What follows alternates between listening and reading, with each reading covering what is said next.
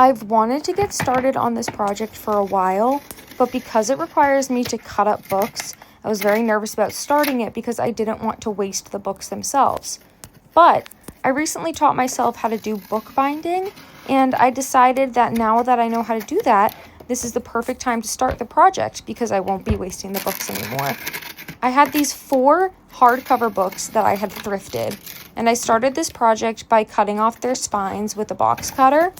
And I'm going to be using the spines and gluing them to a little box to make some hidden storage for a bookshelf where the spines will camouflage the box so that you can't see it and it just looks like there are just 4 books sitting on the shelf.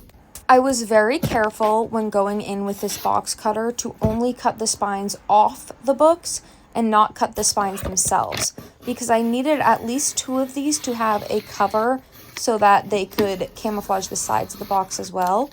Once I had taken all of the covers off, I decided which books I wanted on the sides, and then I kept one of the covers on each of them, and for the other 2, I cut off the covers and only kept the spines.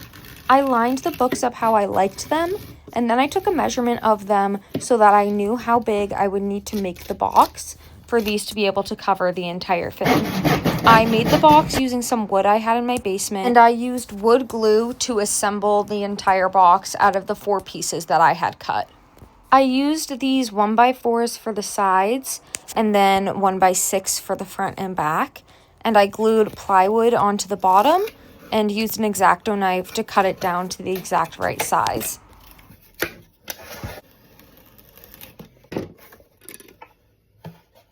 When I was making this, I was not careful at all about where I put the wood glue, so I decided to just paint the entire box black because you're not going to be seeing it anyway. It's going to be camouflaged in the back of the bookcase. And the black paint will cover any messy wood glue spots much better than any type of stain would have. Once the paint was dry, I started assembling. I started with the left cover, and I glued on the side of the cover and then the spine, and then put the next spine right next to it, making sure to curl the corners of the spine a little bit so that it still looked like a book. Then I placed the other cover and the last spine in between, and I curled this also so that it looked like it was still the spine of a book. And I think it turned out really good. It totally looks like it's just a couple of books, and when I put it on my shelf, I don't think you would be able to tell unless you knew what it was. The box is a pretty good size too, so you could hold a lot of stuff and have people never know that it's there because it just looks like some more books on a shelf.